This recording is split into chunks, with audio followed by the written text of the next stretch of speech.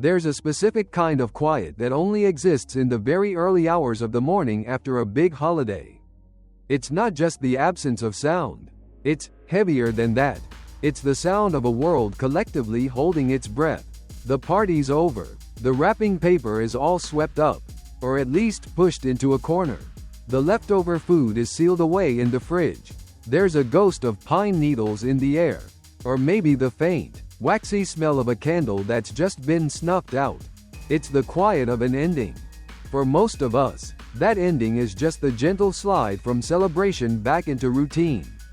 It's peaceful, but sometimes that heavy, pre-dawn silence is hiding something else.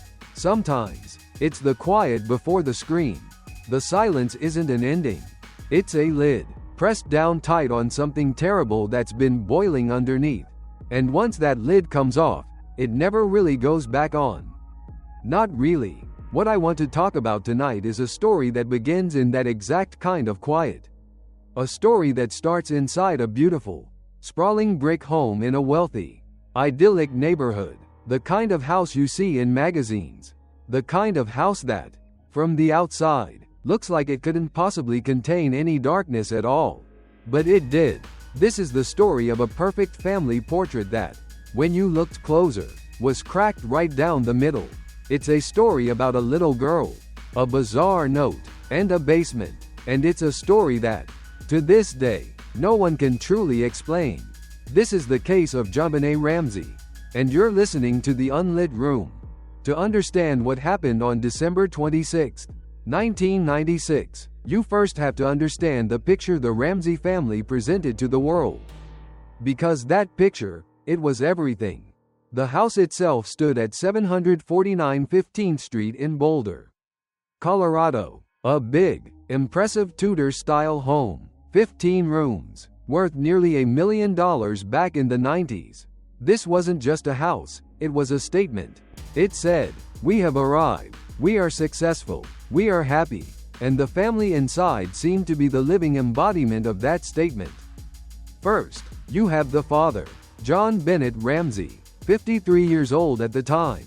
He was the quintessential self-made man, an ex-Navy officer, a pilot, and the president and CEO of a billion-a-year company called Access Graphics. He was wealthy, respected, powerful. He projected an aura of calm, Midwestern stability, the steady hand at the wheel. Then you have the mother, Patricia Ramsey. Everyone called her Patsy. She was 40 years old. And if John was the picture of success, Patsy was the picture of Southern grace and beauty. She'd been a pageant queen herself, crowned Miss West Virginia in 1977. She was vivacious, outgoing, deeply involved in her community and her church. She was the artist of the family's perfect image, the one who chose the curtains, planned the parties, and enrolled the children in just the right activities. They had 2 children. The oldest was a boy named Burke. He was 9. By all accounts, a relatively quiet, perhaps slightly introverted kid, in a family of big personalities. He seemed to exist more on the periphery. He had a history of some behavioral issues, nothing major. The kinds of things you might see in a kid adjusting to a new sibling, but mostly, he was just the brother. And then there was JonBenét, 6 years old. JonBenét was not just a child. She was a prodigy, a star, a tiny, living doll upon whom all the family's ambitions and dreams seemed to be projected. Following in her mother's footsteps, JonBenét was a child beauty pageant contestant, and she was good at it. She'd won titles like Little Miss Colorado, America's Royale Miss, and National Tiny Miss Beauty. If you've seen the pictures, and if you're even vaguely familiar with this case, you know the look. The big, blonde hair, often styled in elaborate updos. The makeup, the lipstick, the sparkling, custom-made costumes. She had a smile that could light up a stage.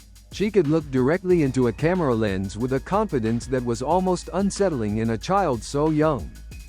This was the image. John, the powerful provider. Patsy, the charismatic matriarch. Burke, the quiet son. And JonBenét, the shining star. They spent Christmas Day of 1995 at a party at the home of their friends, the Whites. They came home late, around 9:30 or 10 p.m. John said he carried a sleeping JonBenét upstairs, laid her on her bed, and that he and Patsy went to their own room to sleep. The house on 15th Street settled into that heavy, post-holiday quiet. The perfect picture was hung. The family was asleep. The world was, for all intents and purposes, exactly as it should be. It was the last time it ever would be. The next thing we know for sure happens at 5:52 a.m. on the morning of December 26th. It's the sound of a phone being picked up, the sound of a button being pressed 3 times. 911, and the voice of a woman, frantic, on the edge of hysteria. A voice that would become one of the most analyzed recordings in the history of American crime. That was Patsy Ramsey, and with that call, the perfect picture didn't just crack. It shattered into a million unrecognizable pieces. Let's put ourselves in that house for a moment. Not as investigators, not as analysts, just as people. It's just before 6 a.m. The sun isn't up yet. The Christmas lights on the neighboring houses are probably still on, casting a cold, colorful glow onto the snow. You're Patsy Ramsey. You wake up. You walk down the back staircase that leads into the kitchen, intending to start the coffee. And there, on the floor at the bottom of the stairs, you see it. 3 pieces of paper, white, lined, from a notepad that belongs in your own house. You pick them up. Your eyes scan the words. They are not making sense. Mr. Ramsey, listen carefully. We are a group of individuals that represent a small foreign faction. We respect your business, sick, but not the country that it serves. The words are a bizarre mix of corporate jargon and bad action movie dialogue. It demands money, a very specific, very strange amount of money. $118. Why that number? Later, it would be discovered that John Ramsey's bonus from work that year had been almost that exact amount. $118.117.50. A coincidence? Or was the author of this note someone with intimate knowledge of the family's finances?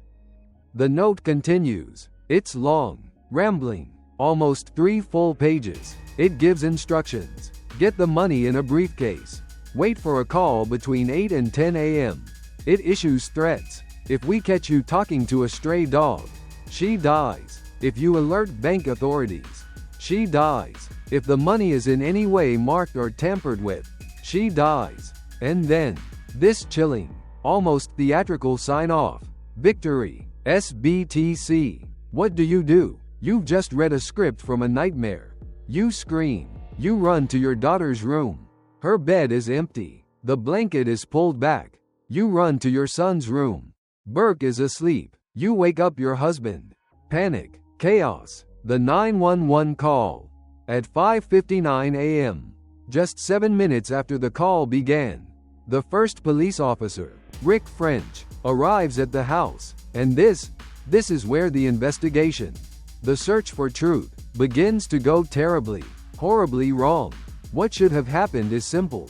A potential kidnapping of a child is a major crime. The house should have been immediately sealed. Every person inside should have been separated and questioned. Every surface should have been preserved, untouched, waiting for the forensics team. The house on 15th Street should have been frozen in time, treated like the single most important piece of evidence they had. That is not what happened. What happened was a party. I'm not exaggerating. Within the first hour, the house was filled with people. John and Patsy, of course, but they also called their friends, the Whites, the Fernies, their pastor. These people weren't witnesses. They were guests. They wandered through the house. They made coffee in the kitchen. They cleaned the countertops with a spray cleaner, wiping away any potential fingerprints. One of Patsy's friends, a woman named Linda Hoffman Pugh, even tidied up JonBenét's bedroom, disturbed the bedding, erasing the last moments of the scene. Think about that. A crime scene is a sacred text. Every fiber, every fingerprint, every speck of dust is a word in a story that needs to be read. And within the first hour, Friends of the family were walking around, tearing pages out of the book. John Ramsey, meanwhile, is not being treated like a victim who should be isolated and protected. He's making calls. He's arranging for a private jet to fly his family out of town that day. He leaves the house at one point to go to the bank, trying to get the $118 ransom money together. No one stops him. No one says, "Sir, you need to stay here. You are the only person the supposed kidnappers are supposed to contact." The police are there, but they seem passive, overwhelmed. Detective Linda Arndt arrives around 8 a.m. to take charge, but she, too, fails to secure the scene. She interviews John and Patsy together, in their living room, allowing them to shape and confirm their stories with each other. A cardinal sin of investigation. She asks them to walk through the house, to see if anything else is out of place. They note a broken window in the basement. A small window, with a suitcase placed underneath it.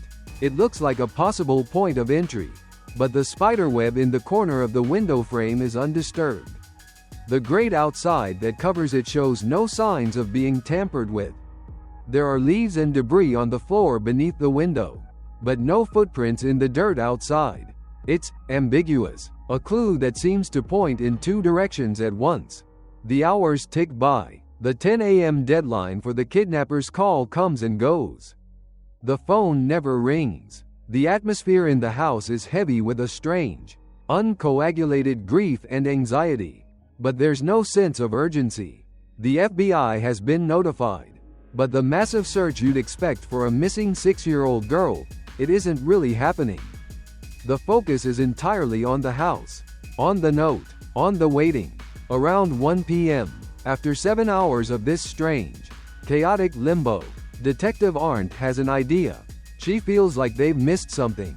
She turns to John Ramsey and his friend, Fleet White, and asks them to do something that, in hindsight, is just breathtakingly incompetent. She asks them, two untrained civilians, to search the house again. From top to bottom, she directs John to the basement. Let's follow John Ramsey. He leaves the living room, where his friends are consoling his wife. He walks toward the basement door. He opens it. He heads down the stairs. Fleet White goes in a different direction. The basement in the Ramsey house wasn't just a cellar.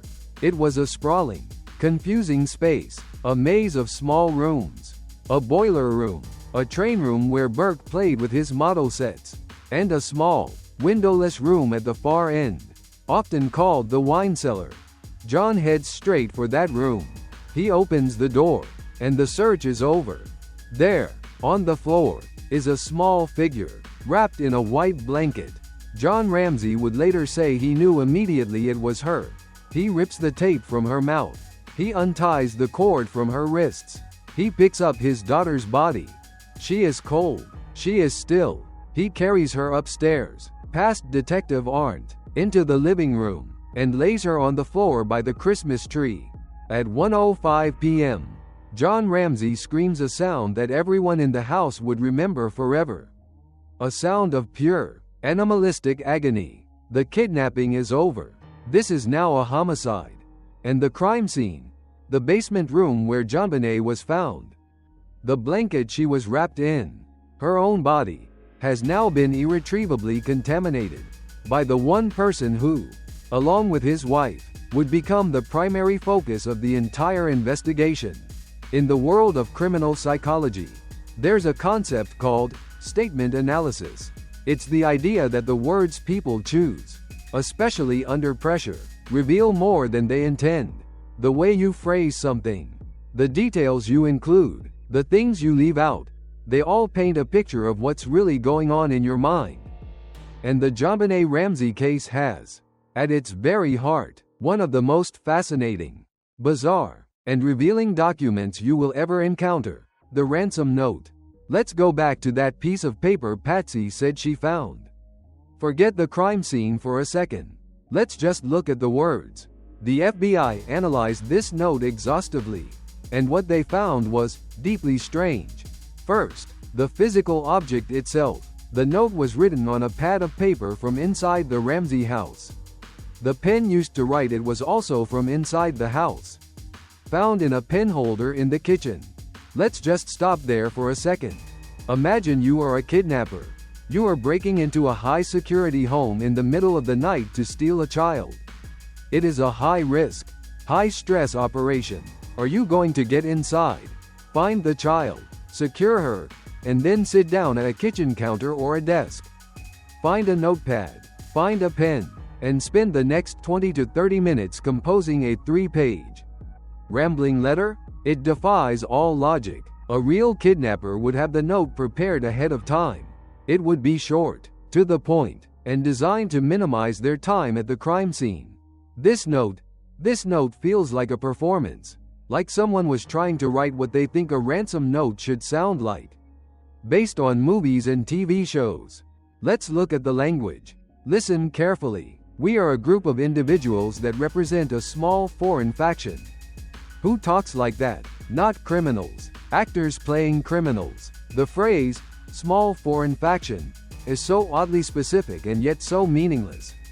It's a detail that feels designed to throw investigators off, but it's so clumsy that it does the exact opposite. It draws attention to itself. Then there's the ransom amount, $118. As we said, it was almost the exact amount of John's recent work bonus. How would a small foreign faction know this? It's such a specific, internal piece of information. It points the finger not outward, toward some shadowy global conspiracy, but inward, directly into the heart of the Ramsey family's private life. The note is also filled with what profilers call unnecessary self-correction. It's long, it's chatty, it gives advice. Don't try to grow a brain, John. It sounds personal, it sounds angry. And then there are the quotes. Parts of the note seem to be lifted, almost word for word, from movies. Lines like, "If you want her to see 1997, are reminiscent of the film Dirty Harry." Another section echoes a scene from the movie Ransom, which had been released just a month before. It's as if the author was building a collage of threats they'd seen on screen. Handwriting analysis was, of course, critical. Experts were divided, but many, including those hired by the Colorado Bureau of Investigation, concluded that it was highly probable that Patsy Ramsey wrote the note. They compared it to her personal letters, her grocery lists, the Christmas cards she sent out, the slants, the loops, the formation of specific letters. They matched. Not perfectly. The ransom note was written with the non-dominant hand, or was an attempt to disguise the handwriting. But the underlying characteristics, the habits of the hand, were there. Patsy, for her part, always denied it. She provided multiple handwriting samples to the police. Some of those samples, investigators noted, seemed to change over time, as if she were consciously trying to alter her natural style. So what does this note tell us? If we believe the intruder theory, then we have to believe in a kidnapper who is not only bold enough to break into a house, but is also strangely meticulous and yet incredibly sloppy. A kidnapper who knows John's exact bonus, who takes the time to write a 3-page letter on site, and who is familiar with lines from popular action movies. It's a very specific, almost paradoxical profile. But if we believe the note was written by someone inside the house, then the note is not a ransom note at all. It's an alibi. It's a desperate, frantic attempt to stage a crime scene, to create a narrative that points away from the family. It's a piece of fiction, written in the dead of night, while the body of a 6-year-old girl lay somewhere else in the same house. And if that's true, the psychology is staggering. To have the presence of mind, in the aftermath of such a horrific event, to sit down and compose such a detailed lie, it speaks to a level of panic and a level of self-preservation that is almost impossible for most of us to comprehend. Now, let's turn to the 911 call. The call is 2 minutes and 4 seconds long, but the crucial part, the part that has been debated for decades, happens after Patsy thinks she has hung up the phone. She says, "Okay, I'm hanging up," but the line remains open. The dispatcher stays on, recording, and in the background, more conversation can be heard. For years, what was said was a mystery. The audio was faint, distorted, but with modern enhancement technology, a clearer picture has emerged. And it's chilling. The dispatcher hears Patsy say, "We've called the police. Now what?" in a voice that sounds surprisingly calm, almost businesslike, a stark contrast to the hysteria she displayed just moments before. Then, a child's voice is heard. It's faint, but it's there. It sounds like it could be Burke, the 9-year-old son, asking a question, something like, "What did you find?" And then, most disturbingly, John Ramsey's voice comes on, sharp and authoritative. He seems to say something to the effect of, "We're not speaking to you." Why is this so important? Because the Ramseys told police, repeatedly and emphatically, that Burke was asleep the entire time. They said he didn't wake up until hours later, after police had filled the house. If that sound on the 911 tape is Burke, awake and asking questions just minutes after the call was made, then the family's timeline, their entire story of that morning, starts with a fundamental lie. And in a homicide investigation, when you find one lie, you start looking for all the others. The behavior of John and Patsy in the days and weeks that followed also raised red flags for investigators. They immediately hired a high-powered defense attorney. They hired their own private investigators. They refused formal police interviews for months, eventually only agreeing to be questioned on their own terms, in the offices of their lawyers. Their first major public appearance was an interview with CNN, where they came across not as grieving, shattered parents, but as a polished, defiant couple, pleading their own innocence. Was this the behavior of innocent victims, terrified and mistrustful of a police department they felt was targeting them unfairly? Or was it the calculated maneuvering of guilty parties, using their wealth and influence to control the narrative and obstruct the investigation? That question, that single, polarizing question, is the reason this case is still unsolved. Because from the moment John Ramsey carried his daughter's body up from the basement, two distinct, warring narratives were born: the story of a mysterious, sadistic intruder, and the story of a terrible secret, hidden inside the walls of the house on 15th Street. And every single piece of evidence that was ever found could be used to support both. An unsolved murder is like a room with two doors, but no key. In the JonBenét case, the two doors have names. One is labeled intruder. The other is labeled family. For almost 30 years, investigators, journalists, and the public have been walking up to these two doors, peering through the keyholes, trying to find a way in. Let's be the detectives now. Let's walk through the evidence for each theory. Let's open each door, just a crack, and see what lies on the other side. Door number 1. The intruder theory. This is the story the Ramseys have maintained from day one. It's the story that the ransom note, taken at face value, was trying to tell. The narrative goes something like this. Sometime during the night of December 25th, a person or persons unknown gained access to the Ramsey house. The most likely point of entry was the broken basement window. This intruder subdued JonBenét in her bed, possibly with a stun gun, a theory supported by two small, mysterious marks found on her body. The intruder then took her down to the basement. There, in the wine cellar, they sexually assaulted her and then killed her, strangling her with a garrote fashioned from a piece of cord and the broken handle of one of Patsy's paintbrushes. Then, for some reason, instead of fleeing, the killer stayed. They found the notepad and pen and spent a significant amount of time writing the ransom note, leaving it on the stairs to be found. They then exited the house, disappearing back into the night. What evidence supports this? First, and most importantly, is the DNA. In 1997, DNA testing was performed on several pieces of evidence, including the panties JonBenét was wearing. A small amount of DNA was found in a bloodstain on the outside of the panties. This DNA did not belong to JonBenét. It did not belong to John Ramsey, Patsy Ramsey, or Burke Ramsey. It belonged to an unknown male. This became known as the unknown male 1 profile. This is a powerful piece of evidence.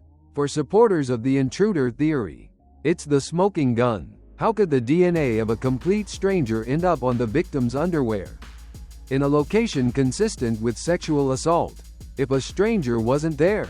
Over the years, this DNA has been run through CODIS, the National DNA Database, thousands of times. No match has ever been found.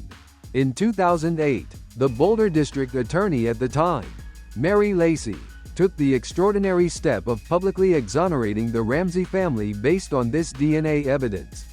She wrote a letter to John Ramsey, stating that the evidence convinced her that a non-family member was responsible for the crime. Case closed, right? Not exactly. The DNA evidence is complicated. The sample was minuscule. It was a touch DNA sample, meaning it could have been transferred innocently.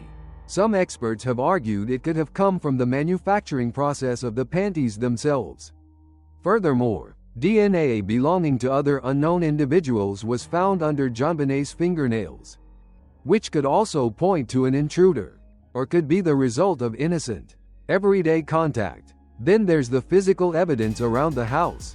The broken basement window, the suitcase beneath it, a footprint found near the body in the basement that didn't match any of the family members, a palm print found on the wine cellar door that has never been identified.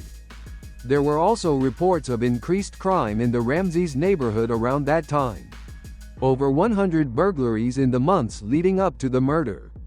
Was it possible that a local criminal escalated from theft to something far worse? The intruder theory paints a picture of a terrifying, random act of violence, a monster who slipped through the cracks of a safe, sleepy town and shattered a family's life. It's a clean narrative. It has a clear villain, even if his face is unknown. It's the more comforting of the two stories, because the alternative is much harder to look at. Door number 2. The family theory. This door leads to a much darker, more complicated place. There isn't one single theory here, but several branches, all leading back to the same terrible conclusion.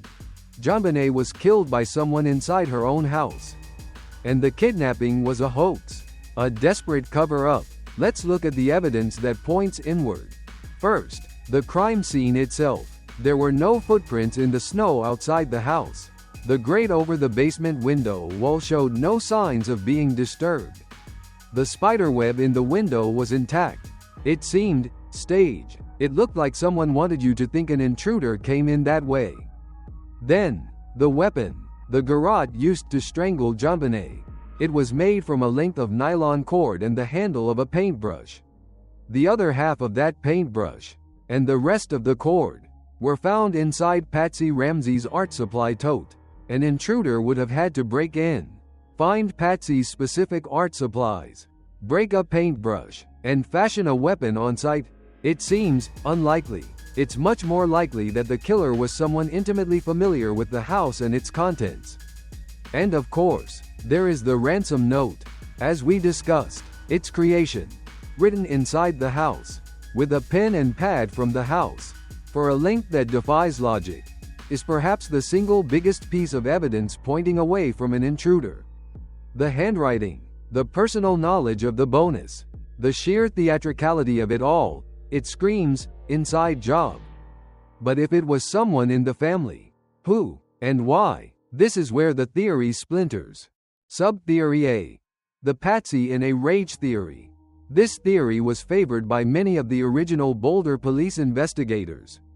It suggests that the murder was not premeditated, but the result of a sudden, violent outburst from Patsy. The potential trigger? Bedwetting. JonBenét had a history of wetting the bed, something that reportedly frustrated Patsy. The theory goes that JonBenét had an accident that night. Patsy, exhausted and stressed from the holidays, snapped. She struck the child in a fit of rage. The blow was harder than intended. It caused the massive skull fracture, an 8-inch long fracture that the coroner said was the result of extreme, focused blunt force trauma. Realizing what she had done, Patsy panicked. The next several hours were spent perhaps with John's help, creating the elaborate kidnapping hoax to cover up the crime. Patsy wrote the note. They staged the scene. They waited. There's some circumstantial evidence for this. The night of the murder, JonBenét had eaten pineapple. A bowl of pineapple was found on the kitchen table with both Patsy's and Burke's fingerprints on it. John and Patsy had initially told police that JonBenét was asleep when they brought her home and that she didn't eat anything. The pineapple suggests she was awake at some point, downstairs, with her mother and brother. A small detail, but another crack in the family's official story. This theory paints Patsy as a woman under immense pressure, maintaining a perfect public image, who lost control for one horrific moment. The murder wasn't the act of a monster, but a tragic, impulsive act of violence, followed by a calculated, cold-blooded cover-up. Sub-theory B. The Burke did it theory. This is, in many ways, the most disturbing theory of all. It was popularized by the CBS documentary series, The Case of JonBenét Ramsey, in 2016. This theory shifts the focus to the 9-year-old brother, Burke. It posits that Burke, perhaps in a fit of sibling rivalry, was the one who struck JonBenét. The motive? The pineapple. The investigators on the CBS special believed that Burke was preparing a bowl of pineapple for himself that night. JonBenét, having woken up, came downstairs and tried to sneak a piece. Annoyed, Burke picked up the nearest heavy object, a large, heavy flashlight that was found on the kitchen counter, and struck her on the head. He didn't mean to kill her. He was a 9-year-old boy. But the blow was fatal. What followed, according to this theory, was a cover-up not by a killer, but by two parents, desperate to protect their surviving child. They hid JonBenét's body in the basement. They staged the strangulation to obscure the original cause of death and make it look like a sexually motivated crime. Patsy wrote the ransom note. They coached Burke on what to say, or what not to say. Their entire subsequent behavior, the lawyers, the media appearances, the refusal to cooperate, was not to protect themselves, but to protect their son from facing the consequences of his actions. Evidence for this theory includes Burke's strange, seemingly detached behavior in his police interviews at the time. Years later, in a widely publicized interview with Dr. Phil, a grown-up Burke, Ramsey smiled oddly while describing the day his sister was found dead. A reaction many found deeply unsettling. If this theory is true, the crime is almost Shakespearean in its tragedy. A family destroyed not by an external monster, but by its own internal dynamics. Two parents who, in the face of an unimaginable horror, made a choice to sacrifice the truth about one child's death to save the future of the other. So we have two doors. An intruder, supported by the DNA. The family, supported by a mountain of circumstantial and behavioral evidence. And here is the maddening, central conflict of the JonBenét Ramsey case. The two sets of evidence are almost mutually exclusive. If you believe the DNA, you almost have to discard the evidence of staging. If you believe the evidence of staging, you have to find a way to explain away the foreign DNA. It's a perfect contradiction, a labyrinth with no exit. And at the center of that labyrinth is not a monster, but a little girl in a white blanket. A girl whose story was stolen from her, replaced by two competing narratives, neither of which has ever been proven, and neither of which brings her any justice. In most stories, the climax is a moment of resolution. The killer is caught, the mystery is solved, the tension breaks. In a cold case, the climax is the opposite. It's the moment you realize that all the threads you've been following don't lead to a neat bow, but to an impossible knot. It's the moment the hope for a clear answer dies. For the JonBenét Ramsey investigation, that moment came in 1999, 3 years after her death. It happened behind the closed doors of a grand jury. A grand jury is a secret process. It's a group of citizens who hear evidence presented by a prosecutor and decide if there is probable cause to believe a crime was committed and that a specific person committed it. If they decide there is, they issue an indictment, and the case goes to trial. For 13 long months, a Boulder County grand jury heard the evidence in the JonBenét case. They listened to FBI agents. They looked at the forensic reports. They analyzed the ransom note. They heard about the contaminated crime scene, the pineapple, the flashlight, the foreign DNA.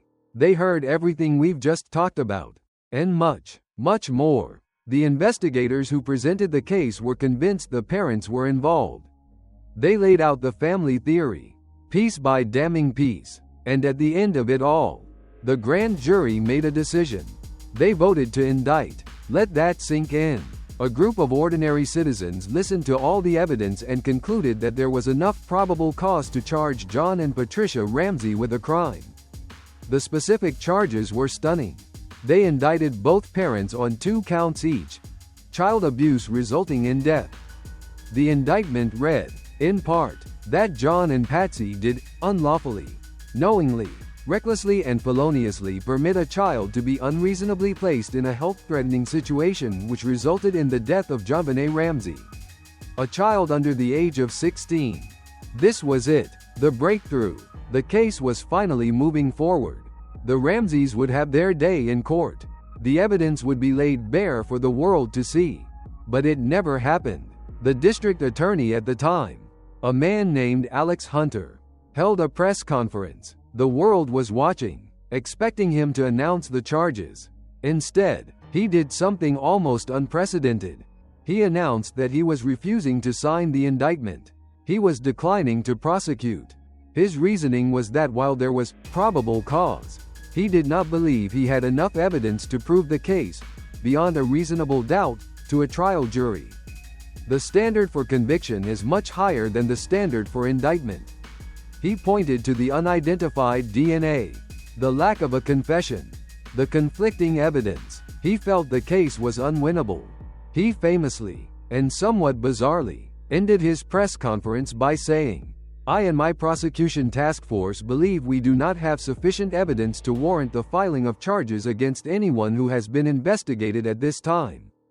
And with that, the case was effectively dead. The indictment remained sealed, a secret, for 14 years. It wasn't until 2013 that a journalist, through a lawsuit, finally got it unsealed and the world learned what the grand jury had decided. This is the impossible knot. The system worked, and then it failed.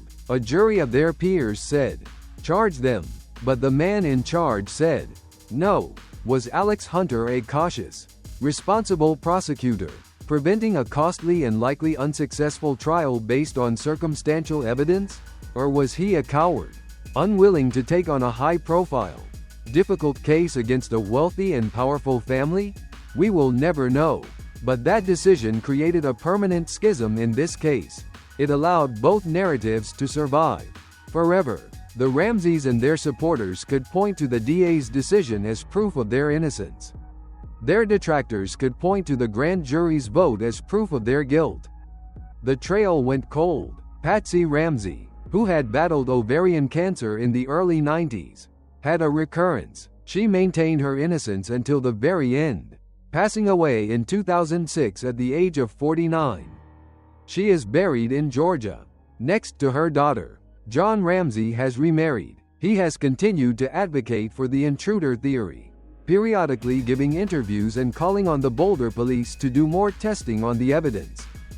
Burke Ramsey, after receiving a reported $750 million settlement from CBS over the documentary that accused him, has largely disappeared from public life.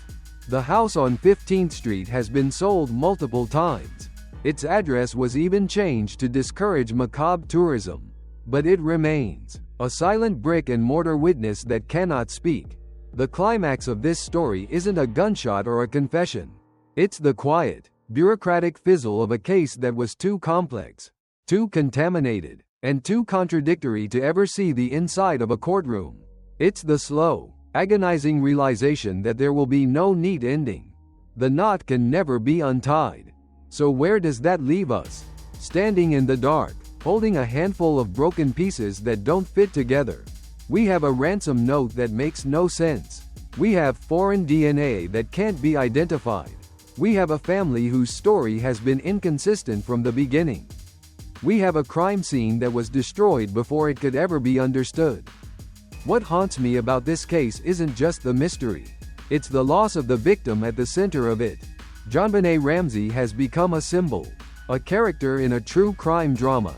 She is the pageant queen, the victim, the clue. Her image, with the full makeup and the pageant smile, is so ubiquitous that it's easy to forget what it is we're actually looking at. We're looking at a 6-year-old child, a little girl who liked pineapple, who had a new bike for Christmas she barely got to ride, who had a 9-year-old brother and parents who said they loved her.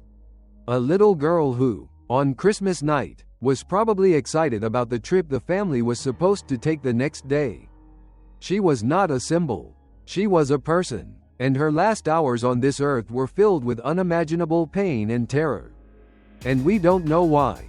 We don't know at whose hands she suffered. That, for me, is the real horror of this story. It's not about ghosts or monsters in the dark. It's about the darkness that can exist in the most well-lit places. In a beautiful home, in a perfect family, in the heart of a community that thought it was safe. The horror is the uncertainty, the knowledge that the truth is out there, locked away in someone's memory, and it may never, ever come out. Someone knows what happened in that house on the night of December 25, 1996. Someone knows who wrote the note. Someone knows why a little girl's life was so brutally extinguished. Maybe it was a phantom intruder, a ghost who slipped in and out and was never seen again. A faceless man whose DNA is the only calling card he left behind. Or maybe, and this is the thought that keeps me up at night, maybe the monster wasn't a stranger at all. Maybe the monster had a familiar face. Maybe the monster was part of the perfect picture all along. We look at cases like this because we want to understand evil. We want to put it in a box, label it, and assure ourselves that it can't touch us. But the story of JonBenét Ramsey teaches us the opposite. It teaches us that evil isn't always a monster under the bed. Sometimes, it's a quiet sickness that grows in the places we're supposed to be safest. The unlit room in this story isn't just the wine cellar in the basement. It's the part of the story we can't see. It's the truth, sitting there in the dark, waiting, and almost 30 years later, no one has been able to find the light switch. The murder of JonBenét Ramsey is still an active and open investigation with the Boulder Police Department. Over the years, advancements in DNA technology have given new hope that the unknown male one profile might one day be identified. This case is more than a story. It's a real and ongoing search for justice for a 6-year-old girl. If you have any information, no matter how insignificant you think it might be, perhaps you lived in Boulder in 1996 and remember something odd, or knew someone who behaved strangely around that time, you are urged to come forward. You can contact the Boulder Police Department directly. Their tip line for this case is 303-441-3333. Again, that's 303-441-3333. Thank you for listening to The Unlit Room. Join me next time, as we open the door to another story that's been left in the dark.